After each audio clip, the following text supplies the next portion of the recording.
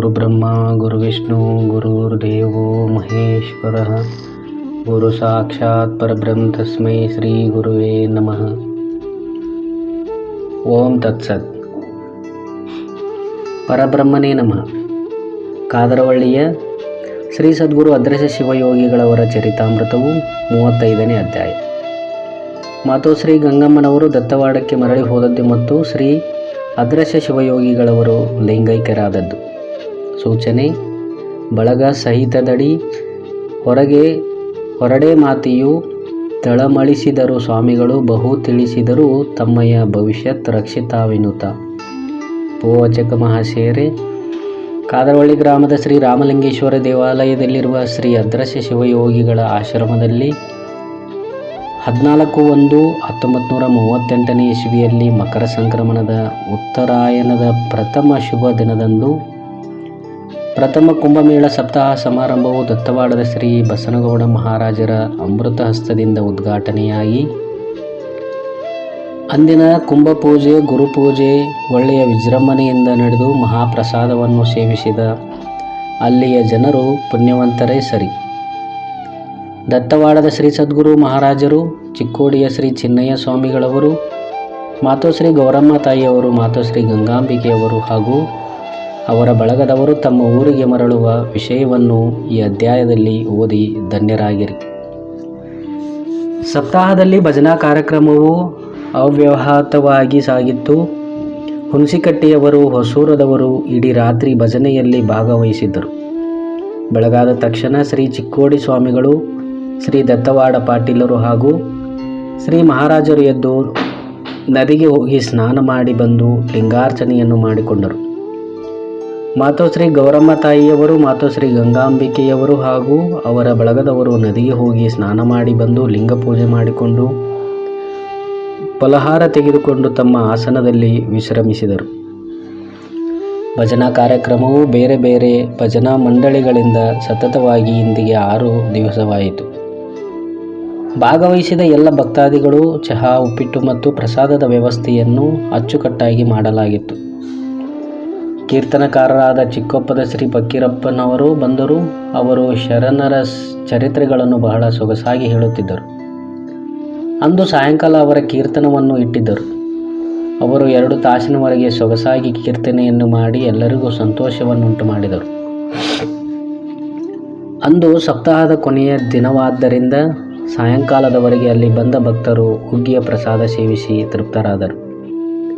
ಅಲ್ಲಿಗೆ ಈ ವರ್ಷದ ಕುಂಭಮೇಳ ಸಪ್ತಾಹ ಮಹೋತ್ಸವದ ಎಲ್ಲ ಕಾರ್ಯಕ್ರಮಗಳು ಅತ್ಯಂತ ವಿಜೃಂಭಣೆಯಿಂದ ಸಾಗಿದವೆಂದು ಎಲ್ಲ ಭಕ್ತರು ತಮ್ಮ ಹರ್ಷೋದ್ಗಾರವನ್ನು ವ್ಯಕ್ತಪಡಿಸುತ್ತಿದ್ದರು. ಸಪ್ತಾಹದ ಕೊನೆಯ ದಿನವಾದ ಇಂದು ಮಧ್ಯಾಹ್ನದಿಂದ ಮಹಾಪ್ರಸಾದ ಹುಗ್ಗಿ, ಅನ್ನ, ಸಾರು, ಅಂಬಲಿ, ಕಾಯಿಪಲ್ಯ ಇತ್ಯಾದಿ ಪ್ರಸಾದ ಸಿದ್ಧವಾಯಿತು. ಕುಂಭಮೇಳ ಮುಕ್ತಾಯದ ಮಹಾಪೂಜೆಯೊಂದಿಗೆ ಕಾರ್ಯಕ್ರಮವು ಮುಕ್ತಾಯವಾಗಿ ಮಧ್ಯಾಹ್ನ 12 ಗಂಟೆಯಿಂದ ಮಹಾಪ್ರಸಾದ ಸ್ವೀಕರಿಸಲು ಆಜ್ಞೆಯಾಯಿತು.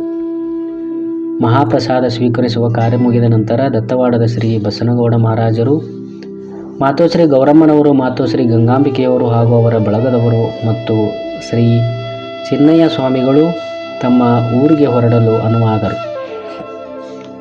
ಆಗ ಶ್ರೀ ಬಸವಣ್ಣಪ್ಪ ಪಾಟೀಲರು ಮತ್ತು ಊರ ದೈವದವರು ಮೊದಲೇ ತಂದಿದ್ದ ಜರದಂಜಿನ ಧೋತರ, ರೇಷ್ಮೆಯ ರುಮಾಲು, ಉಡುವ ಧೋತರ ಅಂಗಿಗಳನ್ನು ಶ್ರೀ ಚಿಕ್ಕೋಡಿಯ ಸ್ವಾಮಿಗಳಿಗೂ ಶ್ರೀ ಮಹಾರಾಜರಿಗೂ ಹಾಗೂ ಅಜ್ಜನವರಿಗೂ ಕೊಟ್ಟರು. ನಂತರ ಮಾತೋಶ್ರೀಗಳಿಬ್ಬರಿಗೆ ರೇಷ್ಮೆಯ ಸೀರೆ, ಕುಪ್ಪಸಗಳನ್ನು ಉಡುಗೊರೆಯಾಗಿ ನೀಡಿ ತಲಾ ಎಲ್ಲರಿಗೂ 25 ರೂಪಾಯಿಗಳನ್ನು ದಕ್ಷಿಣೆ ನೀಡಿದರು. ಆಗ ಶ್ರೀ ಅದೃಶ್ಯ ಶಿವಯೋಗಿಗಳು ಆ ರೂಪಾಯಿಗಳನ್ನು ಮಾತೋಶ್ರೀಯವರೇ ಈ ಮಹತ್ ಕಾರ್ಯದ ಸರ್ವಭಾರವನ್ನು ಹೊತ್ತು ಯಶಸ್ವಿಗೊಳಿಸಿದ್ದರಿಂದ ಅವರಿಗೆ ಅರ್ಪಿಸಬೇಕು ಎಂದು ಹೇಳಿ ಅವರ ಕೈಯಲ್ಲಿ ಕೊಡುತ್ತಿರುವಾಗ ಕಣ್ಣೀರ ಧಾರೆ ಸುರಿಯಲಾರಂಭಿಸಿತು. ನನ್ನನ್ನು ತ್ರಿಕರ್ಣಪೂರ್ವವಾಗಿ ನಿಮಗೆ ಅರ್ಪಿಸಲ್ಪಟ್ಟ ನನ್ನನ್ನು ನೀವು ಕರೆದುಕೊಂಡು ಹೋಗಬೇಕು. ಅರಿಯದೆ ಜನನಿಯ ಜಠರದಲ್ಲಿ ಬಾರದ ಭವಭಂಗಳಲ್ಲಿ ಭರಿಸಿದೆ ತಂದೆ. ಹುಟ್ಟಿದೆ ತಪ್ಪಾಯಿತೆ ಎಲೆ ಲಿಂಗವೇ, ಮುನ್ನ ಹುಟ್ಟಿದುದಕ್ಕೆ ಕೃಪೆ ಮಾಡು ಲಿಂಗವೇ. ಇನ್ನು ಹುಟ್ಟಿದೆ ನಾಡೊಡೆ ಕೂಡಲ ಸಂಗಮ ದೇವ ನಿಮ್ಮಾನೆ ಎಂಬ ಬಸವಣ್ಣನವರ ವಚನದಂತೆ ಈ ಅಂಗಿಯು ನಿಮ್ಮದು, ಇದನ್ನು ನೀವು ಇಲ್ಲಿಯೇ ಬಿಟ್ಟು ಹೋದರೆ ಇದನ್ನು ಸಿಕ್ಕತ್ತ ಎಳೆದಾಡುವರು. ಮಹಾಮಹಿಮರಾದ ಈ ಕಳೇಬರವನ್ನು ಅತ್ತಿತ್ತ ಜಗ್ಗಾಡುತ್ತಿದ್ದರೆ ಈ ಮಗನ ದುರವಸ್ಥೆಯನ್ನು ನೀವು ನೋಡಬಾರದು. ಜನ ಸಮೂಹವು ತಮಗೆ ಕಂಡಂತೆ ಮಾತಾಡಬಾರದು. ಅದಕ್ಕಾಗಿ ಜನರಿಂದ ಅನಿಸಿಕೊಳ್ಳುವುದು ನಿಮಗೂ ಭೂಷಣವಲ್ಲ. ಕಾರಣ ನೀವು ಸದ್ಯಕ್ಕೆ ನನ್ನನ್ನು ಕರೆದುಕೊಂಡೇ ಹೋಗಬೇಕು ಎಂದರು. ಆಗ ಚಿಕ್ಕೋಡಿಯ ಶ್ರೀ ಚಿನ್ನಯ್ಯ ಸ್ವಾಮಿಗಳು, ಅವ್ವ, ಈ ಮಹಾಸ್ವಾಮಿಗಳ ಮಾತಿನ ಇಂಗಿತವನ್ನು ವಿಚಾರಿಸಿದರೆ ಇವರು ಇನ್ನು ತುಸು ದಿವಸಗಳಲ್ಲಿಯೇ ದೇಹ ಬಿಡುತ್ತಾರೆ. ಇದು ನಿಶ್ಚಿತ. ಇವರ ಪ್ರಾಣೋತ್ಕ್ರಮಣದ ನಂತರ ಇವರ ಕಳೇಬರದ ಭವಿಷ್ಯದ ಪರಿಸ್ಥಿತಿಯನ್ನು ಸದ್ಯಕ್ಕೆ ಕಾಣುತ್ತಿದ್ದಾರೆ. ಅಂತೆಯೇ ನಿಮ್ಮದಾದ ಈ ಕಾಯಕವನ್ನು ಅತ್ತಿತ್ತ ಎಳೆದಾಡಗೊಡಬೇಡಿರೆಂದು ಮಹಾತಾಯಿಗಳಾದ ನಿಮಗೆ ಅರಿಕೆ ಮಾಡಿಕೊಳ್ಳುತ್ತಿದ್ದಾರೆ. ಶಿವ, ನಿನ್ನ ಮಹಾಶಕ್ತಿಯ ಲೀಲೆ ಎಂತಹ ಅಗಾಧವಾದುದು. ಈ ಮಹಾತ್ಮರು ವಿಸರ್ಜಿಸಿದ ಮೇಲೆಯೂ ಸಹ ಆ ಜಡವಾದ ದೇಹದ ಮೇಲೆ ಅವರ ಕಾರಸ್ಥಾನವೇ ವಿಚಿತ್ರ. ದುರಿತ, ದುರಂತ, ದುರ್ಜೇಯ, ವಿಚಿತ್ರ ಮಾಯಿನಿ ಎಂದು ಉದ್ಗಾರ ತೆಗೆದು ಗೀತೆಯಲ್ಲಿ ಶ್ರೀಕೃಷ್ಣ ಪರಮಾತ್ಮನು ದೈವೀ ದೇವಶಾಗುಣಂ ಈ ಮಮ ಮಾಯ ದುರತ್ಯಯ ಎಂದದ್ದು ಯಥಾರ್ಥವೇ ಇರುತ್ತದೆ. ಪ್ರಾರಬ್ಧ ಕರ್ಮವಾಗಿ ದೇಹದ ಅಂತಿಮ ಸಂಸ್ಕಾರ ಸಮಯದಲ್ಲಿಯೂ ತಾನು ಮಾಡುವುದನ್ನು ಮಾಡಿಯೇ ತನ್ನದನ್ನು ತೀರಿಸಿಕೊಳ್ಳುತ್ತದೆ. ನಿರ್ವಾಹವಿಲ್ಲ. ಕರ್ಮಜನ್ಯವಾದ ದೇಹವು ಮಣ್ಣು ಪಾಲಾದರೂ ಸಹ ಅದನ್ನು ಎತ್ತಬೇಕಾದತ್ತ ಮಾಡುವಂಥ ಬಲಾಢ್ಯ ಶಕ್ತಿ ಪ್ರಾರಬ್ಧಕ್ಕುಂಟೆಂಬುದು ಶತಸಿದ್ಧ ಅಸ್ತು. ಅವನವರೇ ಈ ಅದೃಶ್ಯ ಶಿವಯೋಗಿಗಳವರನ್ನು ಹೇಗೆ ಶಾಂತಗೊಳಿಸುವಿರೋ ನೋಡಿರಿ ಎಂದರು. ಆಗ ಮಾತೋಶ್ರೀ ಗೌರಮ್ಮನವರು ಇವರನ್ನು ಸಾಂತ್ವನಗೊಳಿಸುವುದು ಮಹಾ ಕಷ್ಟ. ತಮ್ಮ ಅನುಭವದಿಂದಲೇ ತಾವು ಶಾಂತಿಯನ್ನೈದತಕ್ಕದ್ದು ಯೋಗ್ಯವು. ಜ್ಞಾನ ಕುಲಶೈಲದ ಶಿಖರದಲ್ಲಿ ಸದಾ ವಿಹರಿಸುವ ಇಂಥವರಿಗೆ ಅದಾರು ಹೇಳಲು ಸಾಧ್ಯ? ಅಪ್ಪ ಅದೃಶ್ಯಯ ಸ್ವಾಮಿ ಪುಂಗವರೇ, ನಿಮ್ಮ ಇಚ್ಛೆಯಂತೆ ನಾವು ಇನ್ನು 8 ದಿವಸಗಳಲ್ಲಿ ನಿಮ್ಮನ್ನು ದತ್ತವಾಡಕ್ಕೆ ಕರೆಯ ಕಳಿಸುವೆವು. ಇಲ್ಲಿಂದ ಈಗಲೇ ನಿಮ್ಮನ್ನು ಕರೆದುಕೊಂಡು ಹೋದರೆ ಇಲ್ಲಿ ನಿಮ್ಮ ದರ್ಶನಾರ್ಥವಾಗಿ ಬರಹೋಗುವ ಯಾತ್ರಿಕರ ಗತಿ ಏನು? ಇಲ್ಲಿ ನೀವೇ ಇಲ್ಲದ ಮೇಲೆ ಈ ಸ್ಥಾನವು ದೇವರೇ ಇಲ್ಲದ ದೇವಾಲಯದಂತಾಗುವುದು. ಆಗ ಬಂದವರ ಆಶೆ ನಿರರ್ಥಕವಾಗುವುದಲ್ಲವೇ? ಅದಕ್ಕಾಗಿ ನೀವು ಈಗಲೇ ಬರುತ್ತೇನೆಂಬ ಹಠ ಹಿಡಿಯಬಾರದು ಎಂದು ಹೇಳುತ್ತಾ, ಗಂಗೂಬಾಯಿ, ಹೋಗು, ಒಳಗಿನಿಂದ ತುಸು ಔಷಧ ತಂದು ಕೊಡು, ಅವರಿಗೆ ಆರಾಮವಾಗುತ್ತದೆ ಎನ್ನಲು ಮಾತೋಶ್ರೀ ಗಂಗಾಂಬಿಕೆಯವರು ಒಳಗೆ ಹೋಗಿ ವಾಟೆಯಲ್ಲಿ ಏನೇನೋ ಹಾಕಿ ತಂದು ಶ್ರೀ ಅದೃಶ್ಯ ಶಿವಯೋಗಿಗಳಿಗೆ ಕುಡಿಸಿದರು. ಆ ಔಷಧಿಯನ್ನು ಕುಡಿದ ತಕ್ಷಣ ಶ್ರೀ ಅದೃಶ್ಯ ಶಿವಯೋಗಿಗಳಿಗೆ ಆರಾಮವಾಯಿತು. ಅವ್ವ, ಈ ಘಟವು ಇನ್ನೂ ಇರಬೇಕೇ? ಈಗ ಹೋಗುವುದು ಬೇಡವೇನು? ಆಗಲಿ, ಈಗ ಆರಾಮವಾಯಿತು ನೋಡು ಎಂದು ಸುಮ್ಮನಾದರು.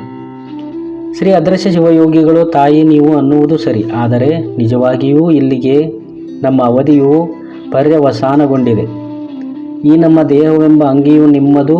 ನಿಮ್ಮ ಕೃಪಾಬಲದಿಂದ ಇದು ಏನೇನು ಮಾಡಬೇಕಾಗಿತ್ತು ಅದನ್ನೆಲ್ಲವನ್ನು ಮಾಡಿ ಹೆಸರು ಪಡೆಯಿತು. ಇಂತಹ ಶ್ಲಾಘನೀಯವಾದದ್ದೆಂದು ಹೊಗಳಿಸಿಕೊಂಡ ಇದನ್ನು ನಾಯಿಗಳು ರೊಟ್ಟಿ ಗಂಟನ್ನು ನನಗೆ ಎಂದು ಎಳೆದಾಡುವುದಂತೆ ಎಳೆದಾಡುವರು. ತಾಯಿ, ನಿಮ್ಮದಾದ ಇದನ್ನು ಜನರು ಎಳೆದಾಡುತ್ತಿದ್ದರೆ ನಿಮಗೆ ಭೂಷಣವಲ್ಲ. ಮಾತೋಶ್ರೀ, ನಿಮ್ಮನ್ನು ಪ್ರಾರ್ಥಿಸಿ ಬೇಡುವೆನು, ನಮ್ಮನ್ನು ಇಲ್ಲಿ ದಿಕ್ಕಿಲ್ಲದ ಪರದೇಶಗಳಂತೆ ಮಾಡಬೇಡಿರಿ. ಹಸುಗೂಸಾದ ನಮ್ಮನ್ನು ಜೋಕೆ ಮಾಡಿ ಪುಣ್ಯ ಕಟ್ಟಿಕೊಳ್ಳಿರೆಂದು ರೋಧಿಸುತ್ತಿದ್ದರು. ಮಾತೋಶ್ರೀಯವರು, ಅಪ್ಪ, ಎಂತಹ ಮಹಾಜ್ಞಾನಿಯಾದ ನೀವು ಹೀಗೆ ಏನೋ ಮನದಲ್ಲಿ ವಿಕಲ್ಪ ತಳೆದು ಕಣ್ಣೀರು ಹಾಕುವುದು ಉಚಿತವೇ? ಏನು ಬಂದರೂ ನಾವಿರುವೆವು. ನೀವು ತೈಲಾಂಶ ಮಾತ್ರವೂ ಭಯಪಡುವ ಕಾರಣವೇ ಇಲ್ಲ ಎಂದು ತಾವು ಕಣ್ಣೀರು ಸುರಿಸುತ್ತಿದ್ದರೂ ಈ ಸನ್ನಿವೇಶವನ್ನು ಪ್ರತ್ಯಕ್ಷ ಕಂಡು ಅನುಭವದಿಂದ ತಿಳಿಯಬೇಕಲ್ಲದೆ ಶಬ್ದಗಳಿಂದ ಅರುಹಲು ಸಾಧ್ಯವಿಲ್ಲ.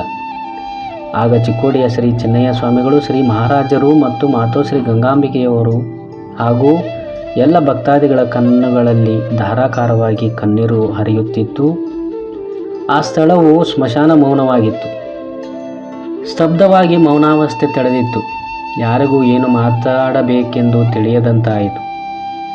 ಆಗ ಶ್ರೀ ಅದೃಶ್ಯ ಶಿವಯೋಗಿಗಳವರು ದೇಹ ಭಾವವನ್ನು ಮರೆತು ಸಮಾಧಿಸ್ಥರಾದರು. ಅದನ್ನು ಕಂಡ ಮಾತೋಶ್ರೀ ಗೌರಾಂಬರವರು, ಓಹೋ, ಇವರು ಸದ್ಯಕ್ಕೆ ದತ್ತವಾಡದಲ್ಲಿದ್ದಾರೆ.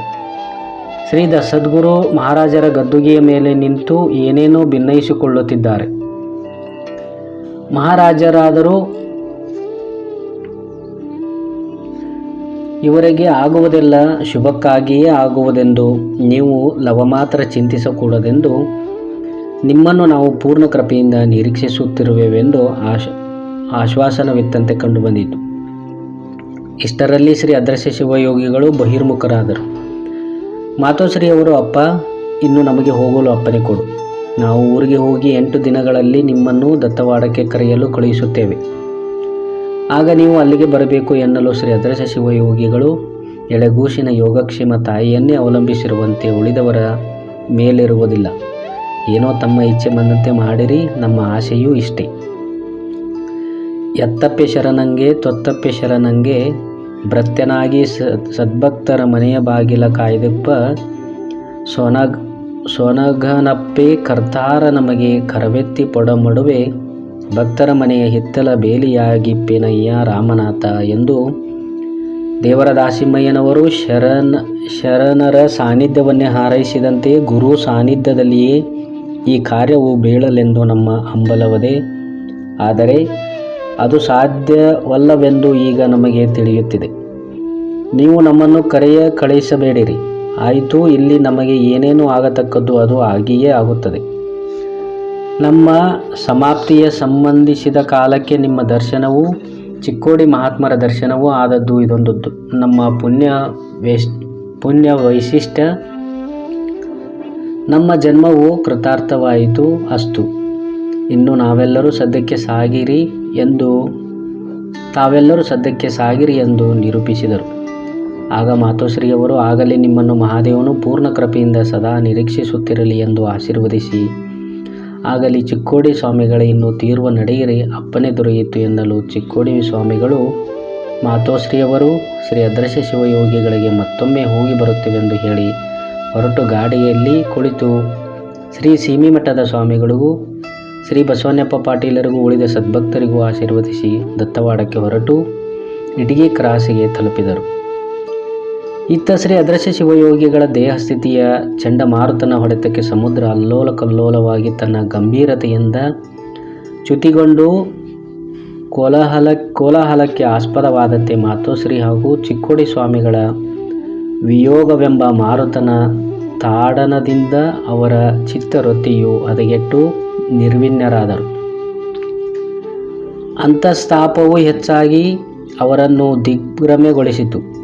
ಅವ್ವ ಹೋದಳೆ, ಎಳೆಗೂಸಾದ ನನ್ನನ್ನು ಕಾಡ್ಗಿಚ್ಚಿನಲ್ಲಿ ಬಿಸಾಡಿದಳೆ, ಹಾಳಾಗಿ ಹೋಗಲೆಂದು ನನ್ನನ್ನು ದಿಕ್ಕಿಲ್ಲದ ಪರದೇಶಿಯಂತೆ ನಿರಾಕರಿಸಿದಳೆ, ಅವ್ವ ಅವ್ವ ಎನ್ನುತ್ತಾ ಒಂದೇ ಸವನೆ ಅಳಹತ್ತಿದರು. ಕಣ್ಣೀರ ಧಾರೆ ಹರಿದು ಸುರಿಯುತ್ತಿರಲು ಹುಚ್ಚರಂತೆ ವರ್ತಿಸತೊಡಗಿದರು. ಅವರ ಸ್ಥಿತಿ ಕಂಡು ಎಲ್ಲರಿಗೂ ಬಹು ವಿಷಾದವಾಯಿತು. ಅವರು ದೇಹ ಬಿಡುವ ಸೂಚನೆಯನ್ನು ಕಂಡು ಅದಕ್ಕಾಗಿ ಏನು ಮಾಡೋಣವೆಂದು ಶ್ರೀ ಬಸವಣ್ಣಪ್ಪ ಪಾಟೀಲರು ಶ್ರೀ ಸೀಮಿಮಠದ ಸ್ವಾಮಿಗಳು ವಿಚಾರಿಸಿ ಶ್ರೀ ಅದೃಶ್ಯ ಶಿವಯೋಗಿಗಳನ್ನೇ ಕೇಳೋಣವೆಂದು ನಿರ್ಣಯಿಸಿ, ಹೀಗಾದರೆ ಮುಂದಿನ ಗತಿಯೇನು ಪ್ರಭು ಎಂದು ಮಾತನಾಡಿಸಲು, ಆಗ ಅವರು ತಾಯಿಯನ್ನು ಮತ್ತು ಚಿಕ್ಕೋಡಿಯ ಶ್ರೀಗಳನ್ನು ಬೇಗ ಕರೆಸಿರಿ, ತಡ ಮಾಡುವಂತಿಲ್ಲ, ಬೇಗನೆ ಮೊದಲು ಯಾರನ್ನಾದರೂ ಕರೆಯಿಸಿರಿ ಎಂದರು. ಆಗ ನಿರ್ವಾಹವಿಲ್ಲದೆ ಒಬ್ಬ ಗಟ್ಟಿಗ ಹುಡುಗನನ್ನು ಓಡಿಸಿ ದತ್ತವಾಡದವರನ್ನು ಮತ್ತು ಚಿಕ್ಕೋಡಿ ಸ್ವಾಮಿಗಳನ್ನು ಕರೆದುಕೊಂಡು ಬಿಟ್ಟು ಬರಬೇಡವೆಂದು ಹೇಳಿದರು. ಅದರಂತೆ ಆ ಹುಡುಗನು ಓಡುತ್ತಾ ಹೋಗಿ ಮೋಟಾರು ಸ್ಟ್ಯಾಂಡದ ಸಮೀಪವೇ ಗಾಡಿಯನ್ನು ನೋಡಿ, ಅಜ್ಜನವರು ನಿಮ್ಮೆಲ್ಲರನ್ನು ಕರೆದುಕೊಂಡು ಬರಲು ನನ್ನನ್ನು ಕಳುಹಿಸಿದ್ದಾರೆ. ನೀವು ತಿರುಗಿ ಬರಬೇಕು. ಅಜ್ಜನವರು ಈಗ ತೀರಾ ಚಿಂತಾಜನಕ ಸ್ಥಿತಿಯಲ್ಲಿದ್ದಾರೆ. ಬೇಗನೆ ನಡೆಯಿರಿ, ಹೋಗೋಣವೆಂದನು. ಮಾತೋಶ್ರೀಯವರು, ಓಹೋ, ಇದೇನು ಶ್ರೀ ಅದೃಶ್ಯ ಶಿವಯೋಗಿಗಳವರ ಹುಚ್ಚಾಟತನ, ಹೀಗಾದರೆ ಏನು ಗತಿ ಚಿಕ್ಕೋಡಿ ಸ್ವಾಮಿಗಳೇ, ಈಗ ಏನು ಮಾಡುವುದು ಎಂದು ಕೇಳಿದರು. ಆಗ ಚಿಕ್ಕೋಡಿ ಸ್ವಾಮಿಗಳು, ಅವ್ವ ಹೇಳುವುದೇನು, ಹೊರಳಿ ಹೋಗೋಣ, ನಡೆಯಿರಿ, ಹೇಳಿ ಕಳಿಸಿದ್ದಾರೆ, ಬೇರೆ ದಾರಿಯೇ ಇಲ್ಲ, ನಾವು ಶ್ರೀ ಅದೃಶ್ಯ ಶಿವಯೋಗಿಗಳಿಗೆ ಸಮಾಧಾನ ಹೇಳಿ ನೋಡೋಣ ಎಂದರು. ಅದರಂತೆ ಅವರನ್ನು ಬಿಡಲು ಹೋಗಿದ್ದ ಮುಚ್ಚಂಡಿ ಶ್ರೀ ಚಿನ್ನಯ್ಯ ಸ್ವಾಮಿಗಳು, ನಡೆಯಿರಿ, ಅಲ್ಲಿ ಹೋಗೋಣ, ಅಲ್ಲಿಯ ಪರಿಸ್ಥಿತಿ ನೋಡಿ ನಾವೆಲ್ಲರೂ ಅಜ್ಜನವರಿಗೆ ಸಮಾಧಾನ ಹೇಳಿ ನೋಡೋಣ ಎಂದರು. ಆಗ ಮಾತೋಶ್ರೀಯವರು ಗಾಡಿಯನ್ನು ತಿರುಗಿಸಿ ಪುನಃ ಶ್ರೀ ಅದೃಶ್ಯ ಶಿವಯೋಗಿಗಳ ಆಶ್ರಮದ ಕಡೆಗೆ ನಡೆದರು. ಆಶ್ರಮಕ್ಕೆ ತಲುಪಿ ಎಲ್ಲರೂ ಅವರ ಹತ್ತಿರ ಬರಲು ಅವರು ಅವರನ್ನು ಕಂಡು ಪರಮಾನಂದ ಭರಿತರಾಗಿ, ಅವ್ವ ಮತ್ತೆ ನನ್ನನ್ನು ಕಂಡೆ. ಅಡವಿಯಲ್ಲಿ ತಾಯಿಯನ್ನು ಕಳೆದುಕೊಂಡ ಕರವು ಅಂಬಾ ಎಂಬ ಹಂಬಲತ್ತ ಸುತ್ತೆಲ್ಲ ಓಡಾಡಿ ಮತ್ತೆ ಕೂಗಿಕೊಂಡಂತೆ ನಮ್ಮ ವಿಯೋಗದಿಂದ ವಿಹ್ವಲ ಚಿತ್ತನಾಗಿ ಹಂಬಲಿಸುತ್ತಿದ್ದ ನಾನು ಮತ್ತೆ ನಿಮ್ಮನ್ನು ಕಂಡು ನನಗೆ ಸಂತೋಷವಾಯಿತು. ಚಿಕ್ಕೋಡಿಯ ಸ್ವಾಮಿಗಳು ಮತ್ತೆ ನನಗೆ ದರ್ಶನ ಕೊಟ್ಟರೂ ನನಗೆ ಸಂತೋಷವಾಯಿತು. ನಾನು ಕೃತಾರ್ಥನಾದೆ ಎನ್ನುವಷ್ಟರಲ್ಲಿ ಚಿಕ್ಕೋಡಿ ಸ್ವಾಮಿಗಳು, ನೀವು ಕೃತಾರ್ಥರು ಈಗಾದಿರೋ ಮೊದಲೇ ಆಗಿರುವಿರು. ಆಧ್ಯಾತ್ಮಿಕ ವಿದ್ಯೆಯ ಪ್ರಕಾಂತ ಪಂಡಿತರೆನಿಸಿಕೊಂಡ ಮತ್ತು ಆ ಚಿದ್ಘನ ಪರವಸ್ತುವಿನಲ್ಲಿ ಸಮರಸರಾಗಿ ಆ ಬ್ರಹ್ಮಾನಂದದಲ್ಲಿಯೇ ಸದಾ ವಿಹರಿಸುವ ನಿಮಗೆ ಇದೇನು ಹುಚ್ಚು ಭ್ರಮೆ ಎತ್ತನಿಂದಾವರಿಸಿತು? ಊರಿಗೆ ಹೋಗುವವರನ್ನು ತಿರುಗಿ ಕರೆಸಿಕೊಳ್ಳುವಂತಹ ಪ್ರಸಂಗವೇನಿದೆ? ನಮ್ಮನ್ನು ಏಕೆ ಕರೆಸಿದಿರಿ ಹೇಳಿರಿ ಎಂದರು. ಅದ್ರಸಜ್ಜನವರು, ಈ ಎನ್ನ ದೇಹವು ಗುರು ಸನ್ನಿಧಿಯಲ್ಲಿಯೇ ಮಣ್ಣುಗೂಡಲೆಂಬ ಸದಿಚ್ಛೆಯಿಂದ ಕರೆಸಿದೆವು. ಇದರೊಳಗೆ ನಮ್ಮದು ಏನಾದರೂ ತಪ್ಪು ಇರುವುದೇ? ಗುರು ಶಿಷ್ಯರ ಸಂಬಂಧತೆಯಲ್ಲಿ ನಾನು ಬಯಸಿದುದು ಯಥಾರ್ಥವಲ್ಲವೇನು? ನೀವೇ ಹೇಳಿರಿ. ಗುರು ಶಿಷ್ಯ ಸಂಪ್ರದಾಯಕ್ಕನುಸರಿಸಿ ನೀವು ಹೀಗೆ ಇಚ್ಛಿಸಿದ್ದು ಸಮಂಜಸವೇ ಇರುತ್ತದೆ. ಆದರೆ ವಿಧಿಲಿಖಿತವು ಬೇರೊಂದು ರೀತಿಯದು ಇದ್ದರೆ ಅದನ್ನು ತಪ್ಪಿಸಲಿಕ್ಕೆ ಹರಿಹರ ಬ್ರಹ್ಮಾದಿಗಳಿಗೂ ಸಾಧ್ಯವಿಲ್ಲವೆಂಬುದನ್ನು ಪ್ರಸಿದ್ಧವಾದ ಶಾಸ್ತ್ರ ಗ್ರಂಥಗಳು ಸಾರುವವೆಂದು ಮೇಲೆ ನೀವು ಅದನ್ನು ಹೇಗೆ ತಪ್ಪಿಸುವಿರಿ? ಚೈತನ್ಯ ರೂಪಿ ಆತ್ಮನು ಈ ಶರೀರದಿಂದ ವಿಂಗಡಿಸಿದ ಮೇಲೆ ನಿಮ್ಮ ಕಳೆಬರವನ್ನು ಆ ವಿಧಿಯು ತನಗೆ ತಿಳಿದಂತೆ ಬೇಕಾದ ಹಾಗೆ ಮಾಡಲಿ. ಆಗ ನೀವೇ ಅದರಲ್ಲಿ ಇರುವುದಿಲ್ಲದ ಮೇಲೆ ಅದರ ಮೋಹ ನಿಮಗ್ಯಾಕೆ? ಹಳೆಯ ಜೀರ್ಣವಾದ ಅಂಗಿಯನ್ನು ಬಿಸುಟಿ ಚೆಲ್ಲುವಂತೆ ಈ ದೇಹವೆಂಬ ಜೀರ್ಣವಾದ ಅಂಗಿಯನ್ನು ಎಲ್ಲರದು ಕಳೆದು ಒಗೆಯುವುದೇ ಸರಿ. ಹಾವು ತಾನು ಬಿಟ್ಟ ಪರಿಯನ್ನು ಹೊರಳಿಯೂ ಸಹ ನೋಡುವುದಿಲ್ಲ. ಹೇಗೋ ಹಾಗೆಯೇ ಶವದ ಚಿಂತೆಯಿಂದ ಕೊರಗುವುದೆಂದರೆ ಜನರು ನಗಲಿಕ್ಕಿಲ್ಲವೇ? ಅದರ ಭವಿಷ್ಯ ನಿಮಗೆ ಗೊತ್ತಾಗಿದೆ. ಜನರು ಎಳೆದಾಡುವುದರೆಂದು ತಿಳಿದಿದೆ. ಆ ಸನ್ನಿವೇಶವನ್ನು ನೀವು ಪ್ರತ್ಯಕ್ಷವಾಗಿ ಕಾಣುತ್ತಿರುವಿರಿ. ಅಂತೆಯೇ ಇಷ್ಟು ಪರದಾಡುತ್ತಿರುವಿರಿ. ಆದರೆ ಆ ಜನರು ನಿಮ್ಮನ್ನು ಏಕೆ ಎಳೆದಾಡುವರು? ನೀವು ಯಾವತ್ತರಿಗೂ ಬೇಕಾದಂತೆ ಈ ನಿಮ್ಮ ಕಾಯವನ್ನು ಬಿಟ್ಟ ಮೇಲೆ ಈ ಕಾಯವು ಯಾವತ್ತರಿಗೂ ಬೇಕೇ ಬೇಕು. ಅದನ್ನು ಪೂಜಿಸಿ ಯಾವತ್ತರೂ ಕೃತಾರ್ಥರಾಗುವ ಇಚ್ಛೆಯಿಂದ ತಮಗೆಂದು ಎಳೆದಾಡುವರು. ಯಾರೇ ಒಯ್ಯಲಿ ಒಯ್ದು ಅದನ್ನು ಮಣ್ಣುಗಾಣಿಸಿ ಅದರ ಮೇಲೆ ಗದ್ದುಗೆ ಮಾಡಿಸಿ ಗುಡಿ ಕಟ್ಟಿಸಿ ಪೂಜಾ ಮಾಡುವುದಕ್ಕಾಗಿಯೇ ಒಯ್ಯುವರಲ್ಲವೇ? ನಿಷ್ಕೃಷ್ಟವೆಂದು ಯಾರೂ ಒಯ್ಯುವುದಿಲ್ಲ. ಆ ತೆರದಿಂದ ನೀವು 3 ಸ್ಥಾನಗಳಲ್ಲಿ ಸತತವಾಗಿ ಪೂಜೆಗೊಳ್ಳುವಿರಿ ಎಂದು ಆಗಿನ ಭವಿಷ್ಯ ಈಗ ಸದ್ಯಕ್ಕೆ ನಮ್ಮ ಕಣ್ಣೆದುರಿಗೆ ಕಾಣುತ್ತಿದೆ. ಅಂದಮೇಲೆ ಈ ಕಳೆಬರವನ್ನು ಎಳೆದಾಡುವರೆಂಬುದರ ಗಡುವೆ ನಿಮಗೆ ಏಕೆ ಬೇಕು? ಕ್ಷೀರ ಸಾಗರದೊಳಿರ್ದ ಹಂಸ ಹಾಲ ಬಯಸಲುಂಟೆ? ಪುಷ್ಪದೊಳಗಿದ್ದ ತುಂಬಿ ಪರಿಮಳವನರಿಸಲುಂಟೆ? ಕಡಲೊಳಗಿರ್ಪ ಕಪ್ಪೆ ಜಲವ ಬಯಸಲುಂಟೆ? ಇದೆಂತಯ್ಯ ತಾ ಲಿಂಗದೊಳಗಿದ್ದು ಬೇರೆ ಇತರ ಕಾಮ್ಯದೊಳಗೆ ಭ್ರಾಂತರನೇನೆ ಎಂಬೆನಯ್ಯ ಗುಹೇಶ್ವರ. ಹೀಗೆ ಪ್ರಭುದೇವರು ಅಂದಿಲ್ಲವೇ? ಇದು ಅಲ್ಲದೆ ಸ್ತನಾಮೃತವ ಸೇವಿಸುವ ಶಿಶು ಸಕ್ಕರೆಯನ್ನಿಚ್ಛಿಸುವುದೇ? ಪರುಷ ದೊರಕಿಕೊಂಡ ಪರುಷನು ಜಲಗರ ತೊಳೆಯಲಿಚ್ಛಿಸುವನೇ? ದಾಸೋಹ ಮಾಡುವ ಭಕ್ತನು ಮುಕ್ತಿಯನ್ನಿಚ್ಛಿಸುವನೇ? ಇವರು ಮೂಮವರಿಂಗಿನ್ನಾವುದು ಇಚ್ಛೆಯಿಲ್ಲ. ರುಚಿ ಪದಾರ್ಥ ಇದ್ದ ಪರಿಯ ಸಹಜ ಸುಖವಯ್ಯ ಉರಿಲಿಂಗ ಪೆದ್ದ ಪ್ರಿಯ ವಿಶ್ವೇಶ್ವರ. ಹೀಗೆಂದು ಹೇಳಿದ ಉರಿಲಿಂಗ ಪೆದ್ದಿಗಳ ವಚನವನ್ನು ನೀವೇ ವಿಚಾರಿಸಿ ನನಗೆ ಹೇಳಿರಿ. ಇದಲ್ಲದೆ ಗುರು ಸನ್ನಿಧಿ ಎನ್ನುವಿರಲ್ಲವೇ? ಲಲಾಟಲೋಚನಂ ಚಾಂದ್ರಿಂಕಲಾಮ ಪಿಚದೋರ್ದ್ವಯಂ ಅಂತರ್ನಿಧಾಯ ವರ್ತೇಹಂ ಗುರುರೂಪೇ ಮಹೇಶ್ವರಿ ಎಂಬುದಾಗಿ ಶಿವನು ಗುರುರೂಪವಾಗಿ ವರ್ತಿಸುತ್ತಿರುವನು. ಶಿವನೇ ಹಾಗೆ ಗುರುರೂಪವಾಗಿರುವನೆಂದ ಮೇಲೆ ಆಕಾಶದಂತೆ ಸರ್ವವ್ಯಾಪಕನಾದ ಆ ಗುರುವು ಇಲ್ಲದಂತಹ ಸ್ಥಾನ ಯಾವುದು? ಅಖಂಡ ಬ್ರಹ್ಮದಲ್ಲಿ ಏಕೀಭವಿಸಿದವನು ಇಲ್ಲಿಲ್ಲವೇ? ಅಲ್ಲಿ ಇಲ್ಲಿ ಎಂಬ ವಿಚ್ಛಿನ್ನ ದೃಷ್ಟಿಯು ಜೀವಭಾವವುಳ್ಳವನಿಗೆ ಇರುವುದಲ್ಲದೆ ಬ್ರಹ್ಮ ಭಾವನೆಯುಳ್ಳವನಿಗೆ ಅಹಂ ಭಾವವೂ ಸಹ ಲವಲೇಶವಾದರೂ ಇಲ್ಲದಿರುವುದರಿಂದ ಬ್ರಹ್ಮದಲ್ಲಿ ತನ್ಮಯವಾಗಿ ಹೋಗುವನು. ಈ ಸ್ಥಿತಿಯಲ್ಲಿಯೇ ನಿರತರಾದ ನಿಮಗೆ ಅದೆಲ್ಲಿಯ ಭಾವ ಆಕ್ರಮಿಸಿದೆಯೋ ಶಿವನೇ ಬಲ್ಲ. ಸರ್ವಜ್ಞರಾದ ನಿಮ್ಮ ಮುಂದೆ ನಾವು ಇಷ್ಟೆಲ್ಲ ಮಾತನಾಡುವುದಲ್ಲ.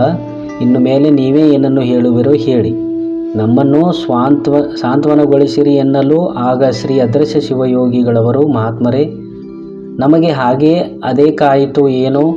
ನೀವು ಈಗ ಎಲ್ಲ ರೀತಿಯಿಂದ ನಮಗೆ ಸರಿಯಾಗಿ ಬೋಧಿಸುವುದನ್ನು ಕೇಳಿ ಈಗ ಜಾಗೃತರಾದೆವು. ಇದೊಂದು ದಿವಸ ನೀವು ಮತ್ತು ಮಹಾತಾಯಿಯವರು ನಮ್ಮೊಡನೆ ಇಲ್ಲಿ ಇರಬೇಕೆಂಬ ಉದ್ದೇಶದಿಂದ ಇದು ಒಂದು ದಿನ ಶುಭ ಪ್ರತೀಕವೇ ಎಂದು ತಿಳಿಯೋಣ.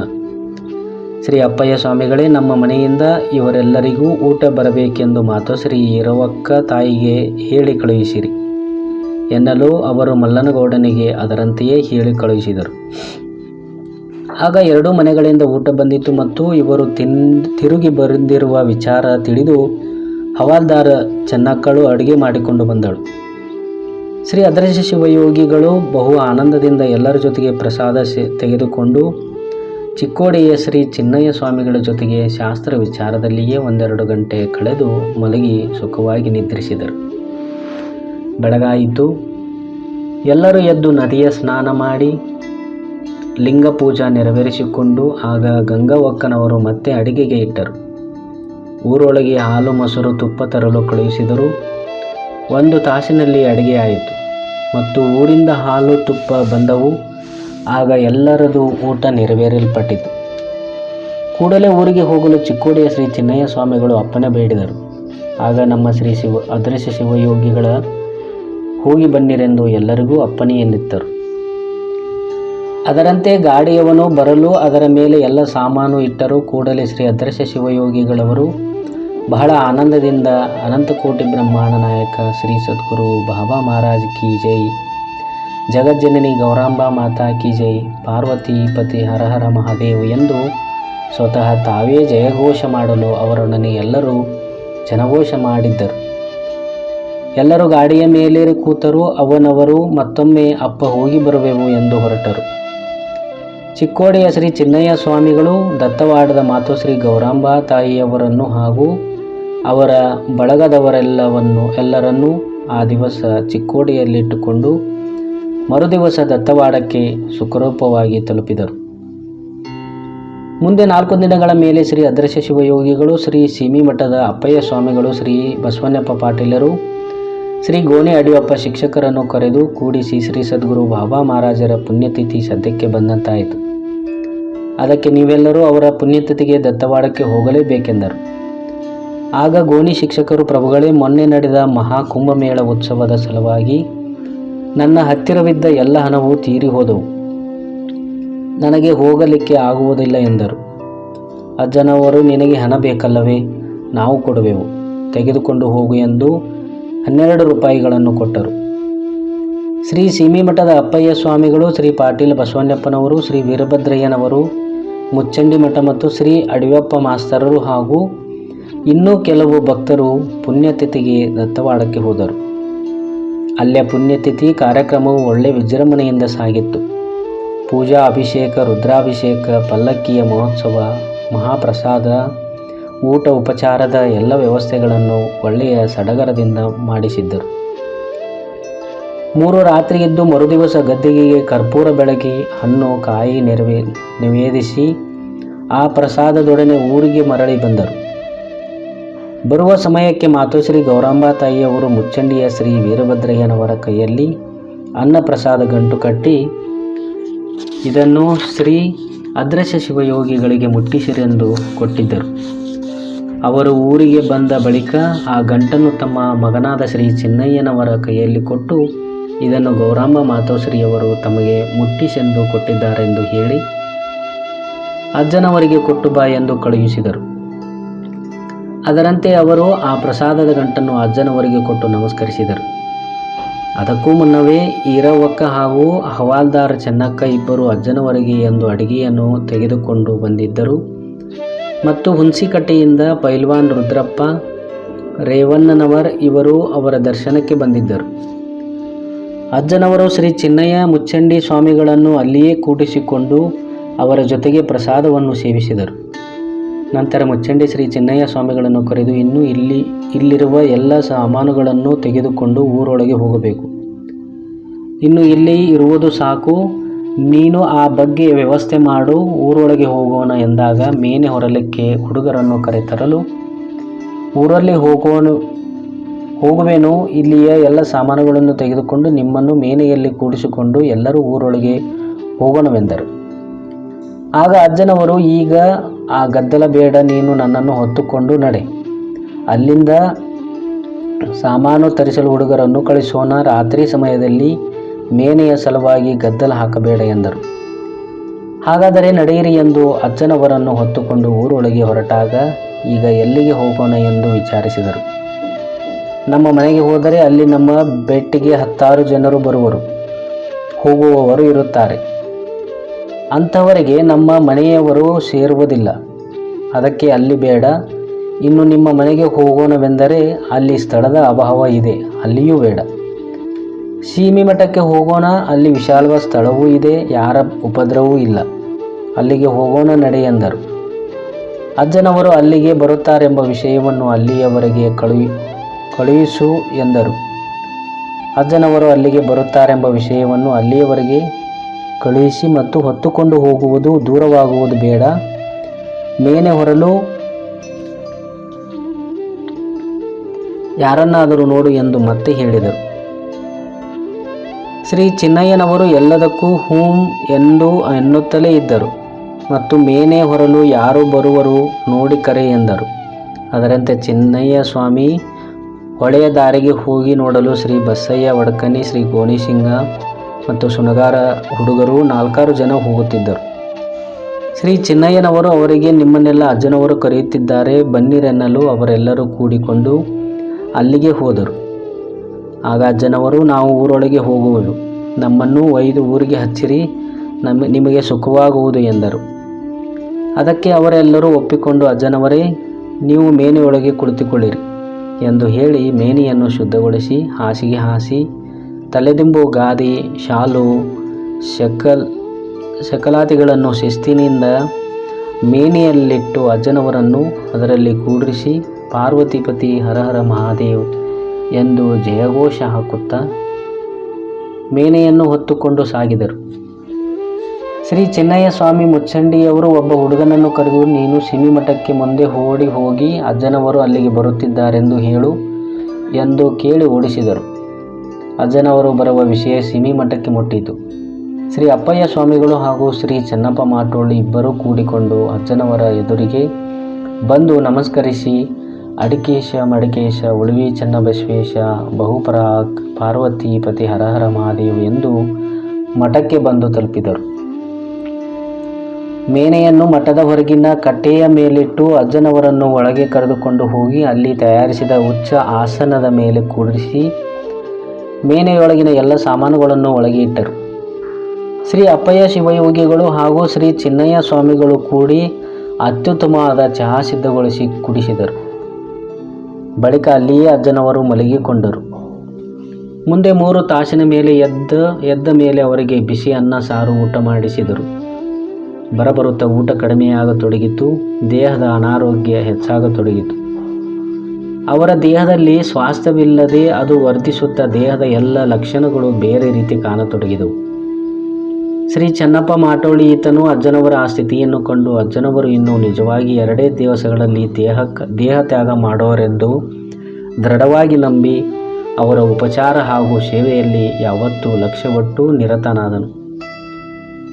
ಅಲ್ಲಿ ಕುಳಿತಿದ್ದ ಕೆಲವರು ಶ್ರೀ ಅದೃಶ್ಯ ಶಿವಯೋಗಿಗಳಿಗೆ ಮಂಗಳವಾರವೂ ಘಾತವಾರವಿರುವುದೆಂದು ಗೋದುಬಾಯಿಯು ಶ್ರೀ ಮುಚ್ಚಂಡಿ ವೀರಭದ್ರಯ್ಯನವರು ದತ್ತವಾಡಕ್ಕೆ ಹೋದಾಗ ಅವರ ಮುಂದೆ ಹೇಳಿದ್ದಳಂತೆ ಎಂದು ಅನ್ನುತ್ತಿದ್ದ ವಿಷಯ ಅಜ್ಜನವರಿಗೆ ಕೇಳಿಸಿತು.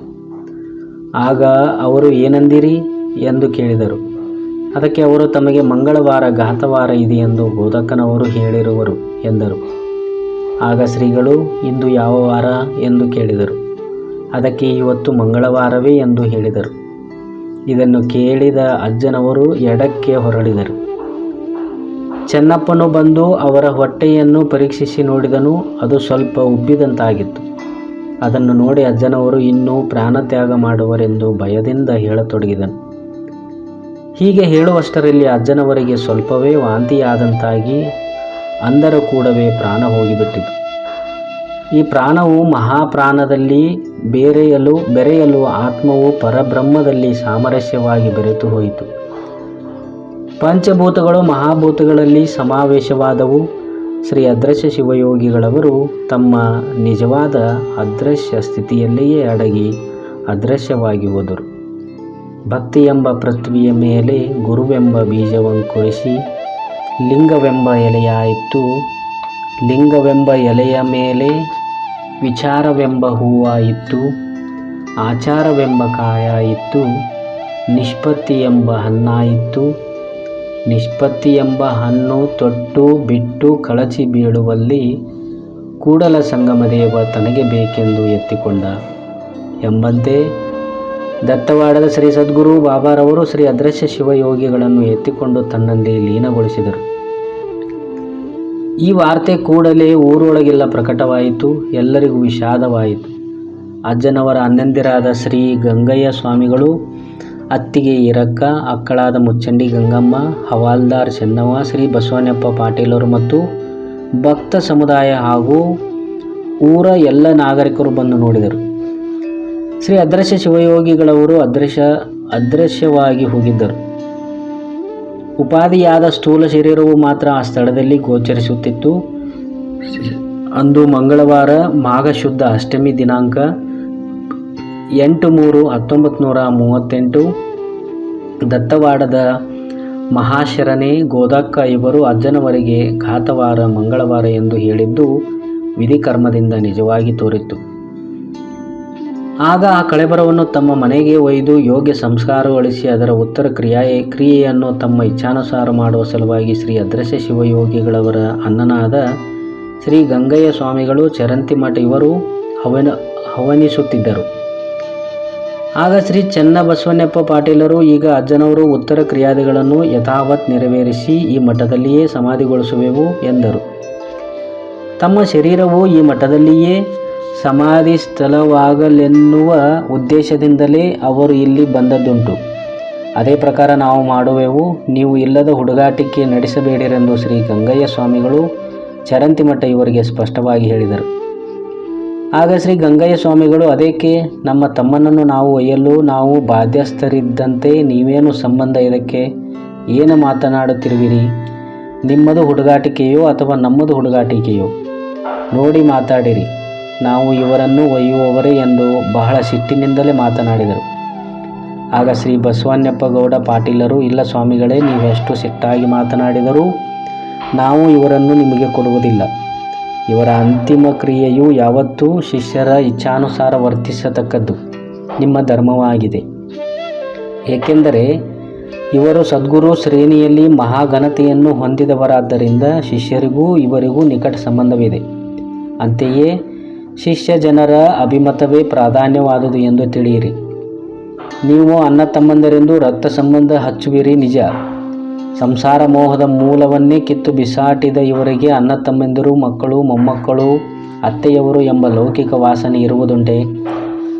ಇವರ ಗೊಡವೆಯನ್ನೇ ಬಿಟ್ಟು ನೀವು ಮನೆಯ ದಾರಿ ಹಿಡಿಯಿರಿ ಎಂದೆನ್ನಲು ಅತ್ಯಂತ ಸಿಟ್ಟಿನಿಂದ ಶ್ರೀ ಗಂಗಯ್ಯ ಸ್ವಾಮಿಗಳು, ಇವರ ಗೊಡವೆ ಬಿಟ್ಟು ಮನೆಗೆ ಹೋಗು ಎನ್ನಲು ನೀನೆಷ್ಟರವನು? ನಮಗೆ ನೀನು ಊರ ಪಾಟೀಲ ಎಂದು ಎಷ್ಟು ಉಬ್ಬಿಬ್ಬಿ ಮಾತನಾಡುವೆಯಾ? ನಾವು ನಮ್ಮ ತಮ್ಮನ ಮೇಲೆ ಸರ್ವ ರೀತಿಯಿಂದಲೂ ಹಕ್ಕುದಾರರಾಗಿದ್ದು ನಮಗೆ ನೀನು ಕಂಡಂತೆ ಮಾತನಾಡುವೆಯೋ? ಇವರ ಗೊಡವೆ ಬಿಡು ಎನ್ನುವುದಕ್ಕೆ ಇವರೇನು ದಿಕ್ಕಿಲ್ಲದ ಪರದೇಶಿಯೇ? ನಾವು ಇವರನ್ನು ನಮ್ಮ ಸ್ವತಂತ್ರ ಸ್ಥಾನದಲ್ಲಿರಿಸಿ ವಿಧಿವಿಧಾನಪೂರ್ವಕ ಅಂತಿಮ ಸಂಸ್ಕಾರ ಕ್ರಿಯೆ ಮಾಡಲೇಬೇಕು ಮತ್ತು ಮಾಡುತ್ತೇವೆ. ಶಿಷ್ಯರಾದವರು ಬೇಕಾದರೆ ಅಲ್ಲಿಗೆ ಭಕ್ತಿಯಿಂದ ಬಂದು ಅಂತಿಮ ಸಂಸ್ಕಾರದಲ್ಲಿ ಭಾಗವಹಿಸಿ ಪುಣ್ಯ ಪಡೆಯಬಹುದು. ಎಲ್ಲರಿಗೂ ಅವಕಾಶವಿದ್ದೇ ಇರುತ್ತದೆ. ನೀವು ನಮಗೆ ಆತಂಕ ಮಾಡಬಾರದು ಎಂದು ಶ್ರೀ ಗಂಗಯ್ಯ ಸ್ವಾಮಿಗಳು ಚರಂತಿ ಮಠದವರು ಹೇಳಿದರು. ಆಗ ಶ್ರೀ ಬಸವಣ್ಣಪ್ಪ ಗೌಡರು, ಗಂಗಯ್ಯನವರೇ, ನೀವು ಸ್ವಾಮಿಗಳ ಸಂಬಂಧಿಕರೆಂದೇ ನಿಮ್ಮನ್ನು ಬಿಡುತ್ತಿದ್ದೇವೆ, ಇಲ್ಲವಾದರೆ ನಿಮ್ಮನ್ನು ಬಿಡುತ್ತಿರಲಿಲ್ಲ. ಇಷ್ಟರಲ್ಲಿ ನಿಮ್ಮ ಚೆಂಡು ಹಿಡಿದು ಈ ಮಠದಿಂದ ಹೊರಗಟ್ಟಿ ಬಿಡುತ್ತಿದ್ದೆನು. ಈಗೇನು ನೀವು ಸುಮ್ಮನೆ ಮನೆಗೆ ಹೋಗುವಿರೋ ಇಲ್ಲವೋ, ಏನನ್ನುವಿರಿ ಎಂದು ಶ್ರೀ ಬಸವಣ್ಣಪ್ಪ ಗೌಡ ಪಾಟೀಲರು ಸಿಟ್ಟಾಗಿ ದೀರ್ಘಕ್ಕೆಯೇ ನಿಂತರು. ಆಗ ಇಬ್ಬರಿಗೂ ಬಾಯಿ ಹತ್ತಿ ಹೊಡೆದಾಟದ ಪ್ರಸಂಗವೇ ನಡೆಯಬಹುದೆನಿಸತೊಡಗಿತು. ಇಬ್ಬರನ್ನು ಸಮಾಧಾನಗೊಳಿಸುವುದು ದುಸ್ತರವಾಗಿ ಹೋಯಿತು. ಇನ್ನೇನು ನಡೆಯುವುದು ಎಂದು ಎಲ್ಲರೂ ಹೆದರಿದರು. ಆಗ ಶ್ರೀ ಹವಾಲ್ದಾರ್ ಚೆಮ್ಮಣ್ಣ, ಶ್ರೀ ಬಾವಿ ಧರ್ಮಣ್ಣ ಇಬ್ಬರೂ ಈ ಜಗಳದ ಪ್ರಸಂಗ ಕೇಳಿ ಮನೆಯಿಂದ ಓಡಿ ಬಂದು, ಹೀಗೆ ಒಬ್ಬರಿಗೊಬ್ಬರು ಸಿಟ್ಟಿನಿಂದ ಕಂಡಂತೆ ಮಾತಾಡಿ ಜಗಳವಾಡುವುದು ಸರಿಯಲ್ಲ.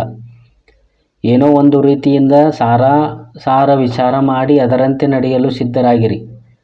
ಸಿಟ್ಟಿನ ಕೈಯಲ್ಲಿ ಬುದ್ಧಿ ಕೊಟ್ಟರೆ ಪೇಚಾಟವಾದೀತು. ಇದರೊಳಗೆ ಯಾರು ಹೊರಗಿನವರೆಲ್ಲ ನೋಡಿ ಶಾಂತ ರೀತಿಯಿಂದ ಅಂತ್ಯಕ್ರಿಯೆ ಮಾಡಿ ಮುಗಿಸೋಣ ಎಂದು ಹೇಳುತ್ತಿದ್ದರು. ಆಗ ಶ್ರೀ ಬಸವಣ್ಣಪ್ಪಗೌಡ ಪಾಟೀಲರು, ಈಗ ನೀವೇನು ಹೇಳುವಿರೋ ಹೇಳಿರಿ, ನಿಮ್ಮ ಮಾತು ಕೇಳುವೆನು ಎಂದರು. ಅದಕ್ಕೆ ಶ್ರೀ ಚೆಮ್ಮಣ್ಣನವರು, ಗಂಗಯ್ಯ ಸ್ವಾಮಿಗಳೇ, ನೀವೇನನ್ನುವಿರಿ, 4 ಜನರು ಹೇಳುವಂತೂ ಕೇಳುವಿರೋ ಇಲ್ಲವೋ ಎಂದರು. ಆಗ ಶ್ರೀ ಗಂಗಯ್ಯನವರು, 4 ಜನರು ನನಗೆ ಹೇಳುವುದು ಬೇಕಾಗಿಲ್ಲ, ಅದೇನು ಹೇಳುವೆಯೋ ಹೇಳು ಎಂದರು. ಆಗ ಚೆಮ್ಮಣ್ಣ ಹಾಗೂ ಧರ್ಮಪ್ಪ ಇಬ್ಬರು ಕೂಡಿ, ನೀವು ಇಬ್ಬರು ನಾವು ಹೇಳಿದಂತೆ ಕೇಳಿದರೆ ಮಾತ್ರ ನಾವು ಹೇಳುತ್ತೇವೆ, ನಿಮ್ಮಿಬ್ಬರ ಸಮ್ಮತಿ ಅದೇ ಎಂದು ಇಬ್ಬರನ್ನು ಕೇಳಲಾಗಿ ಅವರಿಬ್ಬರು ಅದಕ್ಕೆ ಸಮ್ಮತಿಸಿದರು. ಆಗ ಆ ಇಬ್ಬರು ಹಿರಿಯರು, ಈಗ ಗಂಗಯ್ಯ ಸ್ವಾಮಿಗಳು ಅದೃಶ್ಯ ಶಿವಯೋಗಿಗಳ ಕಳೇಬರವನ್ನು ತಮ್ಮ ಮನೆಗೆ ತೆಗೆದುಕೊಂಡು ಹೋಗತಕ್ಕದ್ದು. ಅಲ್ಲಿ ವಿಧಿಪೂರ್ವಕವಾಗಿ ಕೂಡಿಸಿ ಪೂಜಾ ಕಾರ್ಯ ನೆರವೇರಿಸಬೇಕು. ಆದರೆ ಮುಂದಿನ ಅಂತ್ಯಕ್ರಿಯೆ ಅಂದರೆ ದೇಹ ಪರ್ಯವಸಾನ ಯಾವ ಸ್ಥಳದಲ್ಲಿ ಮಾಡಬೇಕು ಎಂಬುದರ ನಿರ್ಣಯವನ್ನು ಚಿಕ್ಕೋಡಿ ಶ್ರೀ ಸಾವಳಗಿ ಮಠದ ಚಿನ್ನಯ್ಯ ಸ್ವಾಮಿಗಳನ್ನು ಕರೆಯಿಸಿಕೊಂಡು ಅವರು ಯಾವ ಸ್ಥಳದಲ್ಲಿ ಹೇಳುವರೋ ಅಲ್ಲಿ ಮಾಡುವುದು ಎಂದು ಹೇಳಿದರು. ಆಗ ಈ ಮಾತಿಗೆ ಇಬ್ಬರು ಸಮ್ಮತಿಸಿದರು. ಶ್ರೀ ಗಂಗಯ್ಯ ಸ್ವಾಮಿಗಳು ಚರಂತಿ ಮಠದವರು ಶ್ರೀ ಅದೃಶ್ಯ ಶಿವಯೋಗಿಗಳವರ ಶರೀರವನ್ನು ಮೇನೆಯಲ್ಲಿ ಕೂಡಿಸಿಕೊಂಡು ತಮ್ಮ ಮನೆಗೆ ಒಯ್ದು ಸ್ನಾನ ಮಾಡಿಸಿ ಉಡುಗೆಯಿಂದ ಶೃಂಗರಿಸಿ ಹೊರಗಿನ ಕಟ್ಟೆಯ ಮೇಲೆ ಡೊಳ್ಳಾರಿಗೆ ಹಾಕಿ ಕೂಡ್ರಿಸಿದರು. ಹುಣಸಿಕಟ್ಟಿ, ತುರ್ಮರಿ, ಹೊಸೂರು, ಸಂಗೊಳ್ಳಿ, ಸಂಪಗಾಂವ್, ಅಂಕಲಗಿ, ನಾಗನೂರು ಇತ್ಯಾದಿ ಸುತ್ತಮುತ್ತಲಿನ ಗ್ರಾಮಗಳಿಂದ ಜನರು ತಂಡೋಪತಂಡವಾಗಿ ಬಂದು ಪೂಜಾ ಮಾಡಿಸುತ್ತಿದ್ದರು. ಬಂದ ಜನರಿಗೆ ಚಹಾ ಹಾಗೂ ಊಟದ ಸಲುವಾಗಿ ಹುಗ್ಗಿ ಮಾಡಿಸಿ ಊಟದ ವ್ಯವಸ್ಥೆ ಮಾಡಿದ್ದರು. ಶ್ರೀ ಗಂಗಯ್ಯ ಚರಂತಿ ಮಠದವರ ಸಂಬಂಧಿಗಳು, ನಿಮ್ಮ ತಮ್ಮಂದಿರ ದೇಹ ಸಂಸ್ಕಾರದ ಗೊಡವೆ ಇನ್ನೊಬ್ಬರಿಗೆ ಏತಕ್ಕೆ ಬೇಕು? ಶ್ರೀ ಅದೃಶ್ಯ ಶಿವಯೋಗಿಗಳಿಗೆ ನೀವೇ ಸಂಬಂಧಿಕರಲ್ಲವೇ? ಅವರೇನು ಹೇಳುವರು? ಚಿಕ್ಕೋಡಿಯ ಸ್ವಾಮಿಗಳಾದರೂ ಏನು ಹೇಳುವರು? ನಿಮ್ಮ ಇಚ್ಛೆ ಬಂದಲ್ಲಿ ಅಜ್ಜನವರ ಸಮಾಧಿ ಆಗಲಿ. ಈಗಂತೂ ಅಜ್ಜನವರನ್ನು ತಂದು ಪೂಜಿಸಿದರೆ ತೀರಿ ಹೋಯಿತು. ಇನ್ನು ಯಾರಿಗೂ ಹೆದರುವ ಕಾರಣವಿಲ್ಲ, ಇನ್ನೂ ಬಂದದ್ದನ್ನು ನಾವು ನೋಡಿಕೊಳ್ಳುತ್ತೇವೆ ಎನ್ನುತ್ತಿದ್ದರು. ಇದರಿಂದಾಗಿ ಶ್ರೀ ಗಂಗಯ್ಯ ಸ್ವಾಮಿಗಳು ಚರಂತಿ ಮಠ ಇವರಿಗೆ ದೊಡ್ಡ ಧೈರ್ಯ ಬಂದಿತು. ತಮ್ಮ ಹೊಲದಲ್ಲಿಯೇ ಅಂತ್ಯಕ್ರಿಯೆಯಾಗಿ ಸಮಾಧಿ ತೆಗೆಯಲು ಜನರಿಗೆ ನಿರೂಪಿಸಿದರು. ಜನರು ಅದರಂತೆ ಸಮಾಧಿ ತೆಗೆದರು ಮತ್ತು ಆ ಸಮಾಧಿಯ ಅಚ್ಚಳಿಯದೆ ಉಳಿಯುವಂತೆ ಅದರಲ್ಲಿ ಕಲ್ಲು ಹಾಸಿಗೆಯನ್ನು ಹಾಸಿದರು. ಆ ಸಮಾಧಿ ತಯಾರಿಸುವ ಕೆಲಸ ಇಡೀ ಹೊತ್ತಿಗೆ ಪೂರ್ಣವಾಯಿತು. ಇತ್ತ ಅಜ್ಜನವರನ್ನು ಕೂಡಿಸಲು ತೇರು ಕಟ್ಟಿ ತಳಿರು ತೋರಣಗಳಿಂದ ಅಲಂಕರಿಸಿದರು. ಹೂವಿನ ಹಾರಗಳಿಂದ ಸಿಂಗರಿಸಿದರು. ಆ ತೇರು ಶೋಭಾನಮಯವಾಗಿ ದೇವಲೋಕದ ಪುಷ್ಪಕ ವಿಮಾನದಂತೆ ತೋರುತ್ತಿತ್ತು. ಅಜ್ಜನವರ ಅಂತಿಮ ಪೂಜೆಯೂ ಆಯಿತು. ಬಳಿಕ ಸಂಭ್ರಮದಿಂದ ಅಜ್ಜನವರ ಮೆರವಣಿಗೆಯ ಸಿದ್ಧತೆಯಾಯಿತು. ತೇರಿನಲ್ಲಿ ಅಜ್ಜನವರನ್ನು ಕೂಡಿಸಿದರು. ಅನೇಕ ವಾದ್ಯಗಳು ಮೊಳಗಿದವು. ಭಜನಾದವರು ಭಜನೆಯನ್ನು ಮಾಡುತ್ತಾ ಮುಂದೆ ನಡೆದರು. ಭಕ್ತಜನರು ತೇರನ್ನು ಹೊತ್ತು ಊರೊಳಗೆ ಮೆರವಣಿಗೆಯ ಪೇಟೆಯ ಓಣಿಯಿಂದ ಸಾಗಿದರು.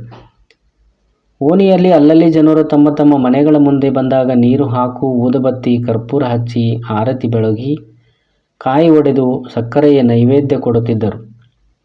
ಹೀಗಾಗಿ ತೇರು ಅಲ್ಲಲ್ಲಿ ನಿಂತು ಈ ಎಲ್ಲ ಕಾರ್ಯ ಮುಗಿದು ಮುಂದೆ ಸಾಗಲು ಹೊತ್ತು ಮುಳುಗಿ ರಾತ್ರಿಯಾಯಿತು. ಸಾಕಷ್ಟು ಗ್ಯಾಸುಗಳನ್ನು ಹಚ್ಚಲಾಯಿತು. ಹಾಗೆಯೇ ಸುತ್ತುತ್ತ ಕೆಳಗಿನ ಓಣಿಯಿಂದ ಅಲ್ಲಲ್ಲಿ ನಿಲ್ಲುತ್ತಾ ಗೌಡರ ಮನೆಯ ಹತ್ತಿರ ಬರುವುದಕ್ಕೆ ಮಧ್ಯರಾತ್ರಿಯಾಯಿತು. ಶ್ರೀ ಬಸನಗೌಡರು ರಾಜಾಂಗಣದಲ್ಲಿ ಡೊಳ್ಳಾರಿಗೆ ಹಾಕಿ ಅಜ್ಜನವರ ತೇರನ್ನು ಅದರ ಮೇಲೆ ಇಳುಹಿ ಎಲ್ಲರೂ ಪೂಜಿಸಿ ಕಾಯಿ ಹೊಡೆದರು. ಅಲ್ಲಿ 1 ಗಂಟೆ ಸಮಯ ಹಿಡಿಯಿತು. ನಂತರ ಮತ್ತೆ ಬೇರೆ ಜನರು ಆ ತೇರನ್ನು ಹೊತ್ತರು. ಅಲ್ಲಿಂದ ತೇರು ಹೊತ್ತವರು ಅಡ್ಡದಾರಿ ಹಿಡಿದು ಶ್ರೀರಾಮಲಿಂಗೇಶ್ವರ ಗುಡಿಯ ಕಡೆಗೆ ಭರದಿಂದ ಓಡತೊಡಗಿದರು. ಆಗ ಭಯಂಕರ ಕೋಲಾಹಲವೇ ಎದ್ದಿತು. ಊರಲ್ಲಿ 2 ಪಂಗಡವಾಗಿ ಆ ತೇರು ಗಂಗಯ್ಯ ಸ್ವಾಮಿಗಳು ಸಿದ್ಧಪಡಿಸಿದ ಸಮಾಧಿಯತ್ತ ಒಯ್ಯಲು ಯತ್ನಿಸುತ್ತಿದ್ದ ಅರ್ಧ ಜನರ ಗುಂಪು, ರಾಮಲಿಂಗೇಶ್ವರ ಗುಡಿಯ ಕಡೆಗೆ ಒಯ್ದು ಅಲ್ಲಿ ಸಮಾಧಿ ಮಾಡಲು ಪ್ರಯತ್ನಿಸಿರುವ ಮತ್ತೊಂದು ಜನರ ಗುಂಪು ಕೂಗಾಡುತ್ತಾ ಅನಂತಕೋಟಿ ಬ್ರಹ್ಮಾಂಡ ನಾಯಕ ಶ್ರೀ ಸದ್ಗುರು ಬಾಬಾ ಮಹಾರಾಜ್ ಕಿ ಜೈ, ಶ್ರೀ ಸದ್ಗುರು ಅದೃಶ್ಯ ಚನ್ನಲಿಂಗೇಶ್ ಮಹಾರಾಜ್ ಕಿ ಜೈ, ಶ್ರೀ ಜಗಜ್ಜನನಿ ಗೌರಾಂಬ ಮಾತಾ ಕಿ ಜೈ, ಶಿವನಮ ಪಾರ್ವತಿ ಪತಿ ಹರ ಹರ ಮಹಾದೇವ್ ಎಂದು ಜಯಘೋಷ ಮಾಡುತ್ತಾ 2 ಪಂಗಡದವರು ಆ ತೇರನ್ನು ಅತ್ತ ಇತ್ತ ಎಳೆದಾಡುವ ಪ್ರಸಂಗ ಒದಗಿ ಬಂದಿತು. 2 ಪಂಗಡದವರು ಸಿಟ್ಟಿನ ಭರದಲ್ಲಿ ಗದ್ದಲ ಹಾಕಲಾರಂಭಿಸಿದರು. ಬಡದಾಟವೇ ದೊಡ್ಡ ಪ್ರಮಾಣದಲ್ಲಿ ಜರುಗುವ ಸನ್ನಿವೇಶ ಉಂಟಾಯಿತು. ನೆರೆದ ಜನರಿಗೆ ಅತ್ಯಂತ ಹೆದರಿಕೆ ಬರುವಂತೆ ತೋರುತ್ತಿತ್ತು. ಆ ತೇರು ಹೊತ್ತವರು ಅಡ್ಡದಾರಿ ಹಿಡಿದು ಶ್ರೀರಾಮಲಿಂಗೇಶ್ವರ ಗುಡಿಯ ಹತ್ತಿರ ಹೋಗಿ ಇಳಿಸಿದರು. ಆಗ ಶ್ರೀ ಗಂಗಯ್ಯ ಸ್ವಾಮಿಗಳು, ಚರಂತಿಮಠ ಇವರು ಸಂತಾಪದಿಂದ ತಮ್ಮ ಪಂಗಡದ ಜನರಿಗೆ ಆವೇಶ ಬರುವಂತೆ ಆ ತೇರನ್ನು ಹೊತ್ತು ತರಲು ಪ್ರೋತ್ಸಾಹಿಸುತ್ತಿದ್ದರು. ಮತ್ತೊಂದು ಪಂಗಡದ ಜನರು ಈ ತೇರನ್ನು ತಿರುಗಿ ಒಯ್ಯದಂತೆ ಪ್ರತಿಬಂಧ ಮಾಡಲು ತಮ್ಮ ಪಕ್ಷದ ಜನರಿಗೆ ಪ್ರೋತ್ಸಾಹಿಸುತ್ತಿದ್ದರು. ಹೀಗೆ 2 ಪಂಗಡದ ದೊಡ್ಡ ಯುದ್ಧವೇ ಜರುಗಿತು. ಕೊನೆಗೆ ಶ್ರೀರಾಮಲಿಂಗೇಶ್ವರ ಗುಡಿಯ ಹತ್ತಿರ ಸಮಾಧಿ ತಯಾರಿಸಲು ಆ ಗುಂಪಿನವರು ಒಂದು ನಿರ್ಣಯಕ್ಕೆ ಬಂದರು. ಇದರ ಮಧ್ಯಸ್ಥಿಕೆಯನ್ನು ಮುರ್ಕಿ ಬಾವಿಯ ಶ್ರೀ ಗಂಗಯ್ಯ ಸ್ವಾಮಿ ಹಿರೇಮಠ ಇವರು ವಹಿಸಿ ತಮ್ಮ ಜಾಣಾಕ್ಷತೆಯಿಂದ 2 ಪಂಗಡಗಳಿಗೆ ಬಹುಮತದ ಒಪ್ಪಿಗೆಯ ಸಲುವಾಗಿ ಎಲೆಕ್ಷನ್ ಏರ್ಪಡಿಸಿದರು. ಸುತ್ತಲಿನ ಗ್ರಾಮಗಳ ಒಪ್ಪಿಗೆಯ ಬಹುಮತಗಳಿಂದ ಸಮಾಧಿ ತಯಾರಿಸುವಂತೆ ನಿರ್ಣಯವಾಯಿತು. ಒಂದೊಂದು ಊರಿನಿಂದ ಒಬ್ಬೊಬ್ಬರು ಒಂದೊಂದು ಮತ ಹಾಕುವ ಅಧಿಕಾರ ಕೊಟ್ಟರು. ಈಗ ಸಮಾಧಿಯನ್ನು ಶ್ರೀ ಗಂಗಯ್ಯ ಸ್ವಾಮಿಗಳು ಚರಂತಿಮಠ ಇವರ ಹೊಲದಲ್ಲಿ ನಿರ್ಮಿಸಬೇಕು ಅಥವಾ ಶ್ರೀ ರಾಮಲಿಂಗೇಶ್ವರ ಗುಡಿಯ ಹತ್ತಿರ ಸಮಾಧಿ ರಚಿಸಬೇಕು ಎಂಬ ನಿರ್ಣಯವಾಗಲು ಗ್ರಾಮದ ದೈವದ ಗುಂಪಿನವರು ವೀರಭದ್ರ ನಾಯಕ, ಮುರ್ಕಿಬಾವಿ ಶ್ರೀ ಗಂಗಯ್ಯ ಸ್ವಾಮಿ ಹಿರೇಮಠ ಈ 3ರ ನೇತೃತ್ವದಲ್ಲಿ ಎಲೆಕ್ಷನ್ ನಡೆಯಿತು. ಪ್ರತಿಯೊಂದು ಊರಿನಿಂದ ಒಬ್ಬೊಬ್ಬರಂತೆ ಹೊರಟಿಯಾದಿ ತಯಾರಾಯಿತು. ಅದರಂತೆ ಅವರೆಲ್ಲರೂ ತಮ್ಮ ತಮ್ಮ ಮತದಾನ ಮಾಡಲು ಒಂದು ಡಬ್ಬಿಯನ್ನು ಮತಪೆಟ್ಟಿಗೆಯಂತೆ ತಯಾರಿಸಿ ಅದರಲ್ಲಿ ಮತದಾನ ಮಾಡಲ್ಪಟ್ಟರು. ಮತದ ಎಣಿಕೆ ನಡೆಯಿತು. ಇದೆಲ್ಲವೂ ಹಿರಿಯರ ಸಮ್ಮುಖದಲ್ಲಿಯೇ ನಡೆಯಿತು. ಕೊನೆಗೆ ಎಣಿಕೆ ಪೂರ್ಣಗೊಂಡು ಪರಿಣಾಮ ಪ್ರಕಟ ಮಾಡಿದಾಗ ಕೇವಲ ಒಂದು ಮತ ಮಾತ್ರ ಶ್ರೀ ಗಂಗಯ್ಯ ಸ್ವಾಮಿಗಳು ಚರಂತಿಮಠ ಇವರ ಹೊಲದಲ್ಲಿ ಸಮಾಧಿ ನಿರ್ಮಿಸುವಂತೆ ಓಟು ಇತ್ತು. ಉಳಿದ ಎಲ್ಲ ಓಟುಗಳು ಶ್ರೀ ರಾಮಲಿಂಗೇಶ್ವರ ಗುಡಿಯ ಹತ್ತಿರ ಸಮಾಧಿ ರಚಿಸಬೇಕು ಅಂತ ಬಹುಮತಗಳಿಂದ ನಿರ್ಣಯವಾಯಿತು. ಆಗ ಶ್ರೀ ಅದೃಶ್ಯ ಶಿವಯೋಗಿಗಳ ಸಮಾಧಿಯನ್ನು ಶ್ರೀ ರಾಮಲಿಂಗೇಶ್ವರ ಗುಡಿಯ ಹತ್ತಿರವೇ ರಚಿಸಲ್ಪಡಬೇಕು ಅಂತ ನಿರ್ಣಯವಾಯಿತು. ಆ ಪ್ರಕಾರ ಅಲ್ಲಿ ಸಮಾಧಿಯನ್ನು ರಚಿಸಲು ಭೂಮಿಯನ್ನು ಅಗೆಯತೊಡಗಿದರು.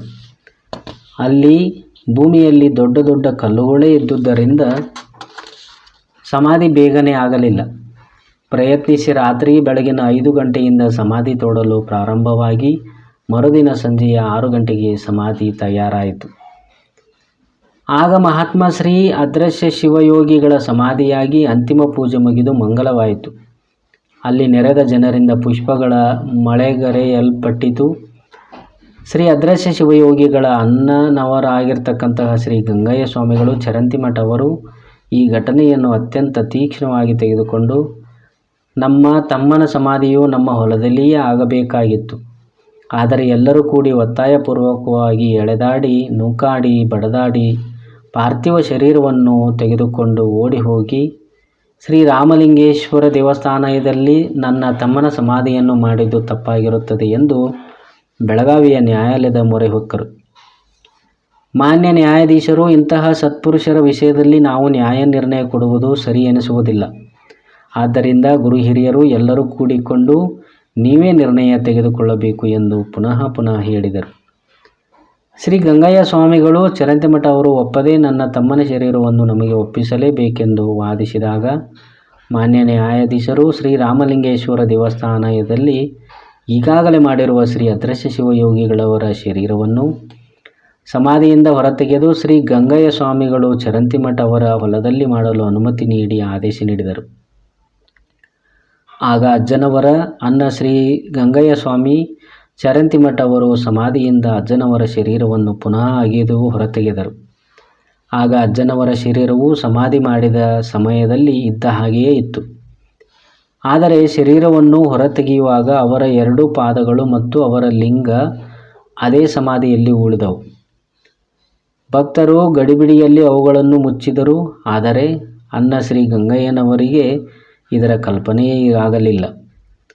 ಮುಂದೆ ಚರಂತಿಮಠದವರ ಹೊಲದಲ್ಲಿ ಮತ್ತೆ 1 ವರ್ಷದ ನಂತರ ಅದೇ ಮಾಘಶುದ್ಧ ಅಷ್ಟಮಿ ತಿಥಿಗೆ ಮತ್ತೆ ಶ್ರೀ ಗಂಗಯ್ಯ ಸ್ವಾಮಿಗಳು ಚರಂತಿಮಠವರ ಹೊಲದಲ್ಲಿ 2ನೇ ಬಾರಿಗೆ ಸಮಾಧಿಯಾಯಿತು.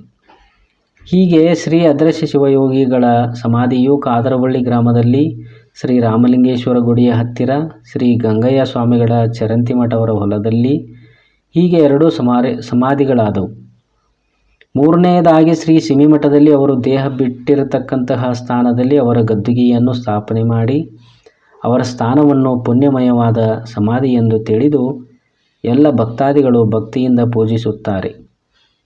ಹೀಗೆ ಶ್ರೀ ಅದೃಶ್ಯ ಶಿವಯೋಗಿಗಳು ತ್ರಿಕಾಲ ಜ್ಞಾನಿಗಳಾದ್ದರಿಂದ ಅವರು ಜೀವಂತ ಇರುವಾಗಲೇ ಮೊದಲೇ ಈ ಮಾತನ್ನು ಸ್ಪಷ್ಟವಾಗಿ ಭವಿಷ್ಯವನ್ನು ಹೇಳಿದ್ದರು.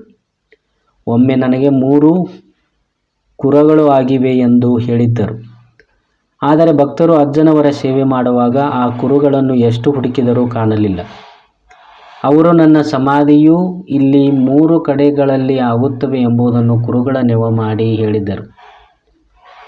ಆ ಮಾತಿನ ಅರ್ಥ ಅವರ ಸಮಾಧಿಯ ಕಾಲಕ್ಕೆ 3 ಸ್ಥಳಗಳಲ್ಲಿ ರಚಿಸಲ್ಪಟ್ಟಾಗ ಎಲ್ಲರಿಗೂ ಗೊತ್ತಾಯಿತು, ಇವು ಕುರುಗಳಲ್ಲ ಕುರುಹುಗಳು ಎಂಬ ಮಹಾತ್ಮರ ಭವಿಷ್ಯವಾಣಿಯೇ ಎಂದು ಶ್ರೀ ಮುಚ್ಚಂಡಿ ವೀರಭದ್ರಯ್ಯನವರ ಮುಂದೆ ದತ್ತವಾಡದಲ್ಲಿ ಹೇಳಿದ್ದರು. ಇದು ಕೂಡ ಮಂಗಳವಾರವೇ. 8/3/1938 ಅವರು ಪರಾಂಧಾಮ ಪಡೆದರು ಎಂಬಲ್ಲಿಗೆ ಶ್ರೀ ಸದ್ಗುರು ಅದೃಶ್ಯ ಶಿವಯೋಗಿಗಳವರ ಚರಿತಾಮೃತದಲ್ಲಿ 35ನೇ ಅಧ್ಯಾಯವು ಮುಗಿದಿದು. ಜೈ ಜೈ ಶಿವನ ಪಾರ್ವತಿ ಪತಿ ಹರ ಹರ ಮಹಾದೇವ. ಓಂ ತತ್ಸತ್.